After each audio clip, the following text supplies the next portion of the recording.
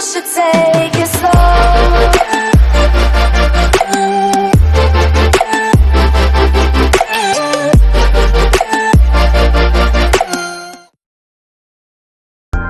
Today we'll be finishing up the paper we started in the previous video, 2016 pure maths paper. So it's not wasting time, let's get right into it.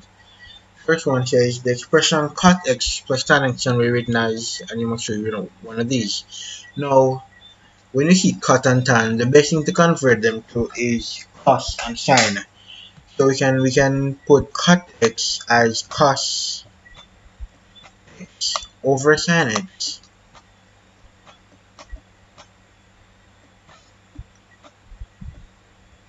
and tan x as sin x over cos x. And we can add these like how you would do regular addition for fractions, and that would give us sin squared x plus cos squared x over sin x cos x. And as we know, sin squared x plus cos squared x is equal to 1, therefore we have 1 upon sin x cos x. Now that answer is nowhere here. The fact that we have a sin x plus cos y here, that means that is wrong. And sin x minus cos x, that definitely can't work either. It has to be one of these. Now, these both have 2x in them, meaning you're going to be looking for your 2x formulas. And one that should immediately come to mind is sin 2x is equal to 2 sin x cos x. Now we have 2 sin x cos x here and we have sin x cos x here. This shows that we're going in the right direction. Now as you know, cosec is equal to 1 upon sin. Therefore cosec 2x will be equal cosec 2x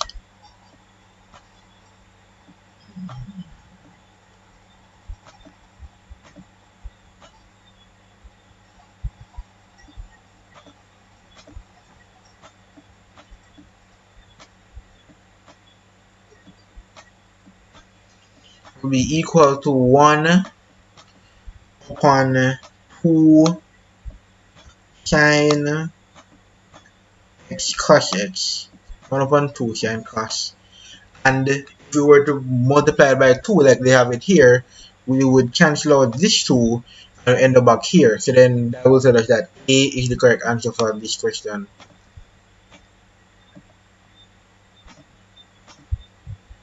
Okay, let's move on. The minimum and maximum values of 1 upon 2 plus sin theta are. Now for this, what you need to do is you need to look at the minimum for sin and the maximum for sin. Now as you should already know, that's negative 1 and 1. So if we were to put negative 1 in here, we would get 1 upon 2 minus 1, which would just be 1. And if we were to put positive 1, we get 1 upon 2 plus 1, which would just be 1/3. Since 1/3 is less, it's the minimum value, and then 1 is the maximum value, therefore the answer is C. Number 24, with respect to an origin O, A has coordinates 3, -2, Euclidean vector of 3 OA is, and of course we just multiply each of these by 3, so we get 9 and -6. Number 25, which of the following sketches basically begins the curve y equal cos x over 2 interval x is greater than or equal to 0 and less than or equal to 2 pi. Now right away we could do this by elimination, because we know that with cos always starts from a maximum, so cos never starts from 0, and therefore C and D would be out. The cos graph also has to have a negative portion, therefore A would be out, and therefore we would be left with B.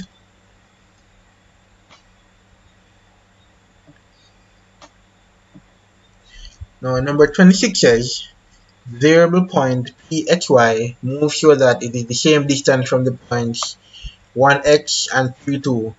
The equation of the locus of p may be obtained from. Now for this, we're going to have to equate magnitudes.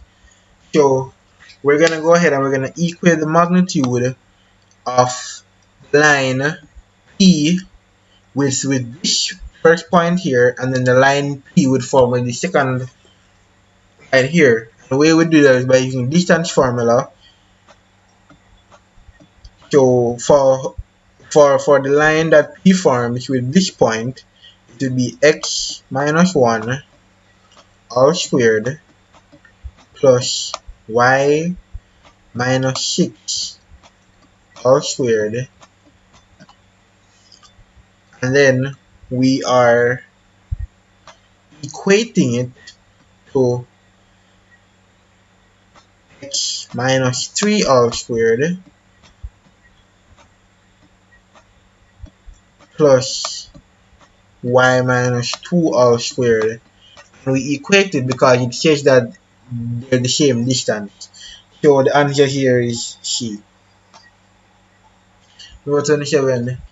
The general solution for sine 2 theta equals sine pi over 6. Now, for this one, we're gonna have to use a more unfamiliar general solution formula, but it's actually quite simple when you get down to it. So the formula for general solution which we'll be using for this one is x is equal to sine inverse of y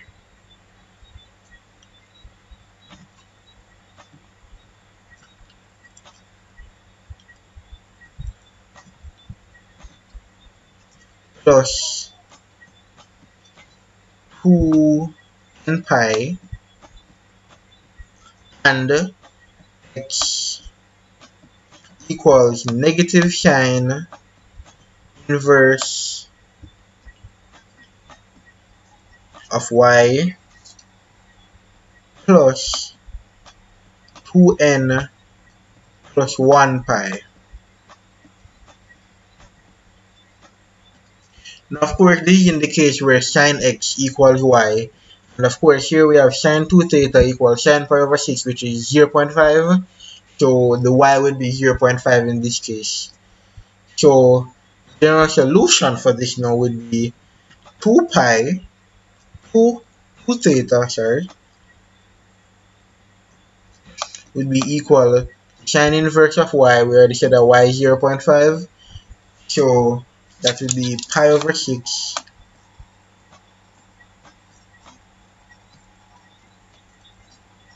plus 2n pi.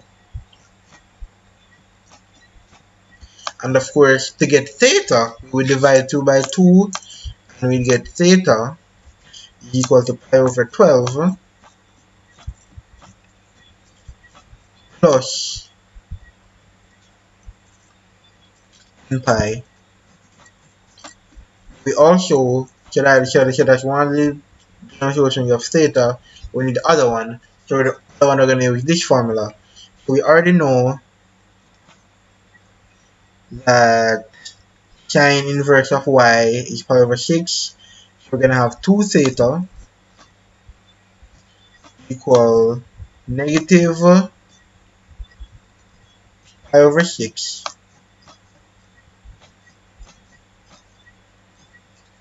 plus 2n plus 1 pi.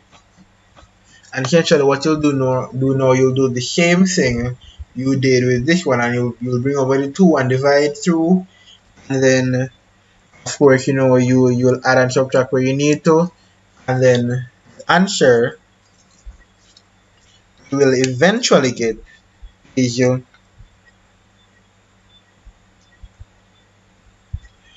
B.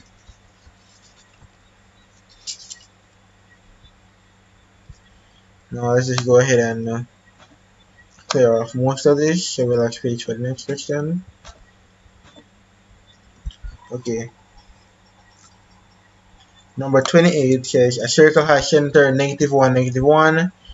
Equation of the tangent to the circle at the point 0, -3 on the circle is. And of course, for this, what we're going to do is we're going to find the gradient of the normal and then reciprocate that negatively to find the gradient of the tangent. The gradient of the normal, we can use these 2 points. So we can say -3 minus -1, which is just -3 plus 1, will give us -2.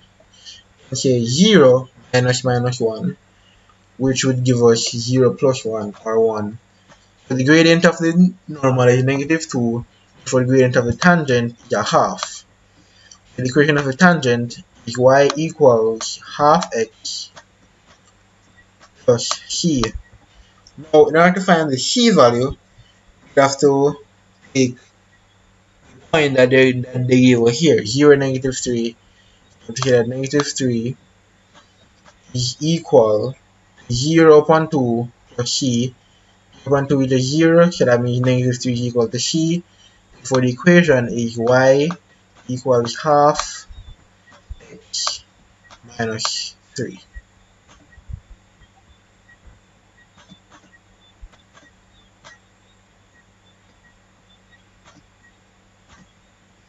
Okay, let's move on. Cosine of angle between vectors -6j and I plus j. Of course, to find the cosine, cos theta is going to be equal to the dot product of the vectors divided by the product of their magnitudes. So the dot product of 0, -6 and 1, 1 is going to be -6. And then of course for the magnitude, you would square both the components and find the square root of that. So for -6j, it's gonna be the square root of 0 squared plus -6 squared, which is just gonna be the square root of 36, which is gonna be 6. And for I plus j, it's gonna be the square root of 1 squared plus 1 squared, which is gonna be the square root of 2.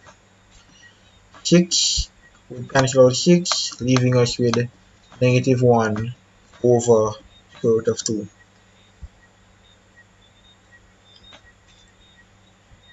Number 30 is that if P equal 2i plus j and Q equal lambda I plus 6j are perpendicular vectors, then the value of lambda is. Now one thing you must know is that with perpendicular vectors, their dot product has to be 0. So we can set this out as 2, 1 times lambda 6, and we set it equal to 0. Of course, this would mean that 2 lambda plus 6 is equal to 0. Therefore, lambda is equal to -6 divided by 2. Therefore, lambda equals -3.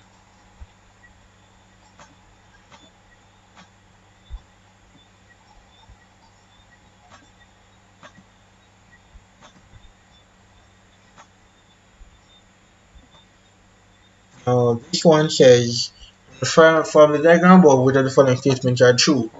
Now, one thing, now when you see this here, this means the derivative of f of x. And this saying that the derivative of f of x when x is 1, and then f of 1, f of 2, and the derivative of f of x when x is 2.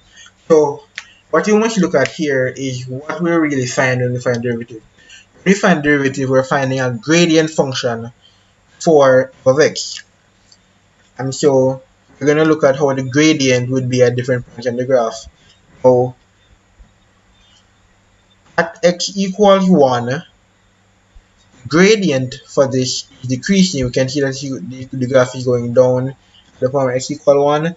So since the gradient is decreasing, when we find the gradient function by deriving and plug 1 into that gradient function, it has to be less than 0 because a decreasing function like this is going to be negative in gradient. So that means 1 must be true.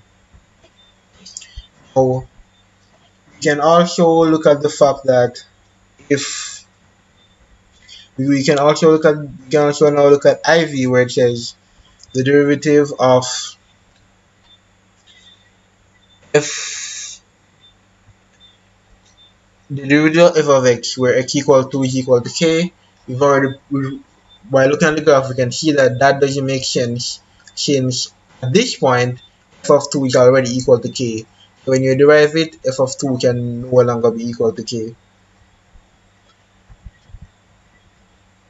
And so what we can also now look at part 3, f of 2 is equal to 0. Now k is clearly the turning point, and on the turning point of a parabola the gradient is 0. But we are looking for gradient. It's f of 2, and we know that f of 2 it has to be equal to k. Therefore, we can come to the conclusion that 1 and 2 are correct. The answer is A. Number 32, the diagram above showing y squared equal x, y is not defined for any value where x is negative, which is over here. So 32 is D. 33, function g is defined as g of x equals 3p plus 2, which is less than 3, and 3x minus 1, where x is greater than or equal to 3. For the function to be continuous at x equals 3, the value of p should be. So what we do here is that we'll plug 3 into this one right here. And when we do that now, we'll get 9 minus 8. And so for it to be continuous at 3, this one here also has to be equal to 8. And the only number down here that we get this to be equal to 8 is 2, because 2 times 3 gives you 6 plus 2, 8. Therefore, C is the answer.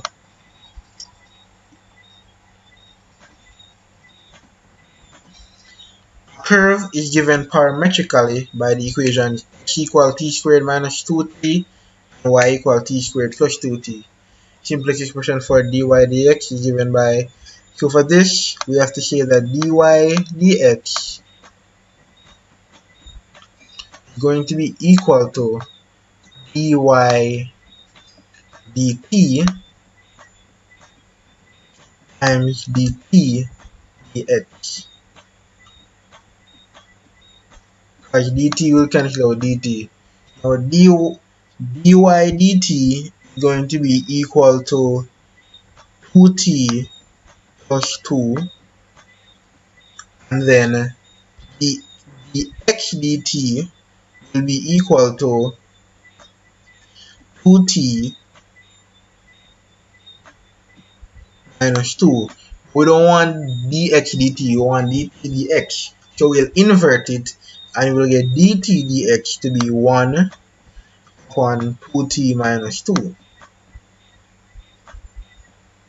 And so now we'll go ahead and we multiply them. So we'll multiply 2t plus 1 times 1 upon 2t minus 2, and we'll get 2t plus 2 upon 2t minus 2, dividing 2 by 2, we get t plus 1 over t minus 1.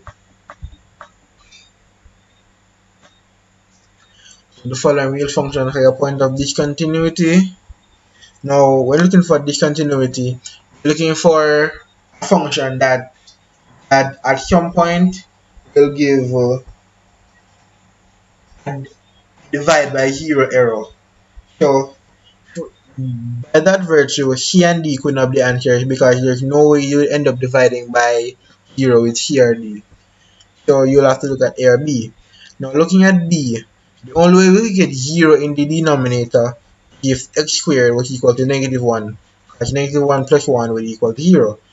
A squared number can be negative, therefore B can be the answer. Therefore, logical answer is A.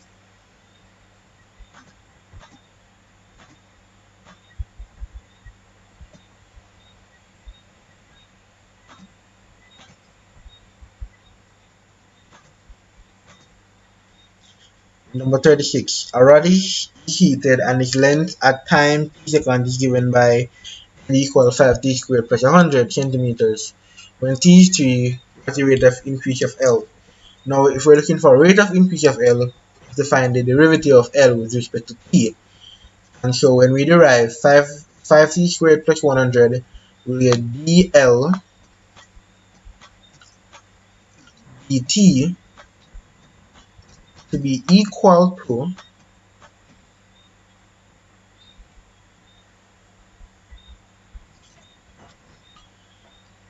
nt. Now we'll replace t with 3, so we get 10 times 3, which is 30. Of course, the answer is B. Number 37, limit as x approaches 3 of x squared minus 9 over x minus 3. Now for this one, what we'll do is, if we put 3 into this, we'll get a divide by 0 error. Then the logical thing to do here is to factorize x squared minus 9, and we would get x minus 3 into x plus 3, and then of course that will be upon x minus 3. So of course these two would cancel, leaving us x plus 3, and now we can substitute with x for 3, giving us 6.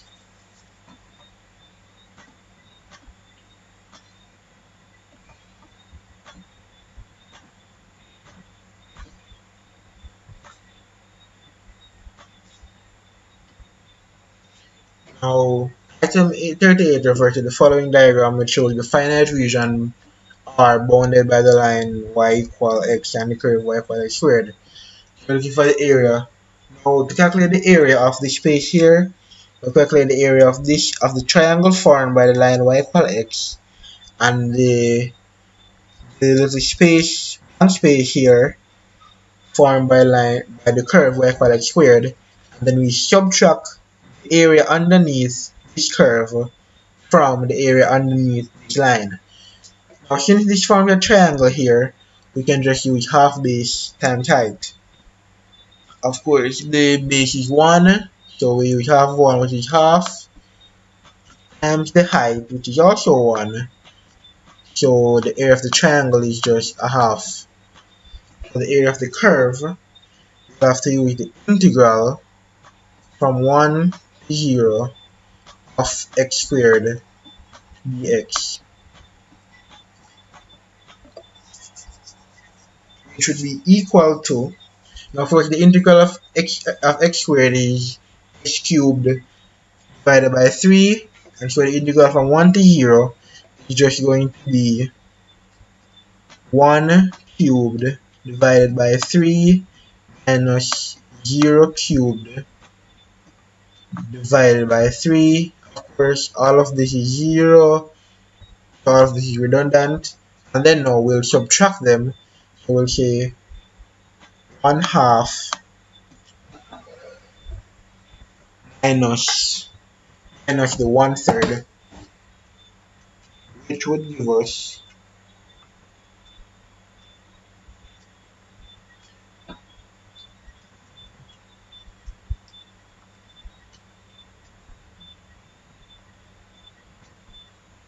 1/6.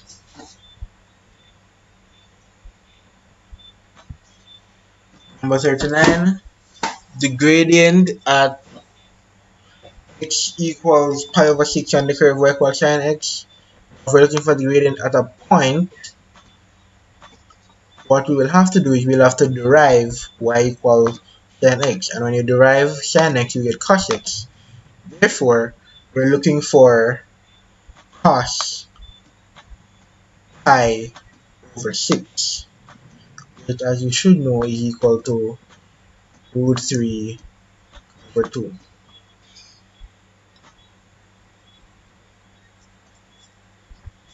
Number 40,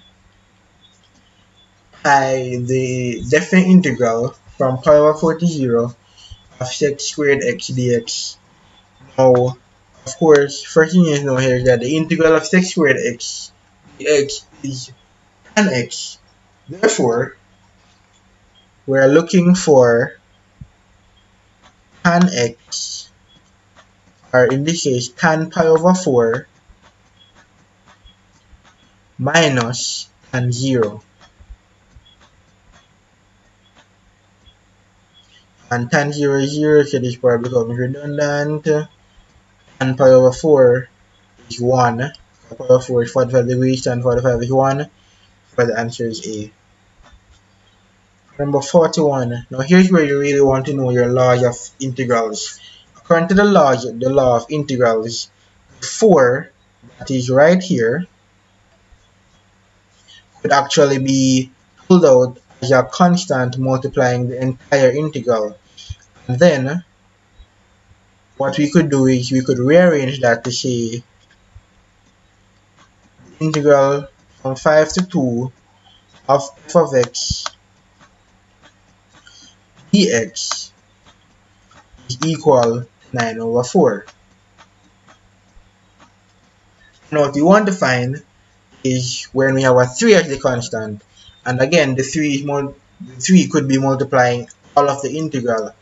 Therefore, if we're multiplying all of this integral by 3, we could just multiply this over here by 3.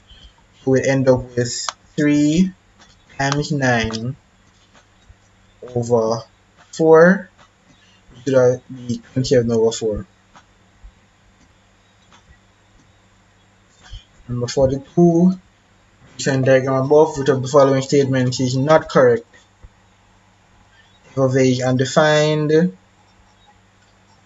The limit f of x equal f of A as x approaches A.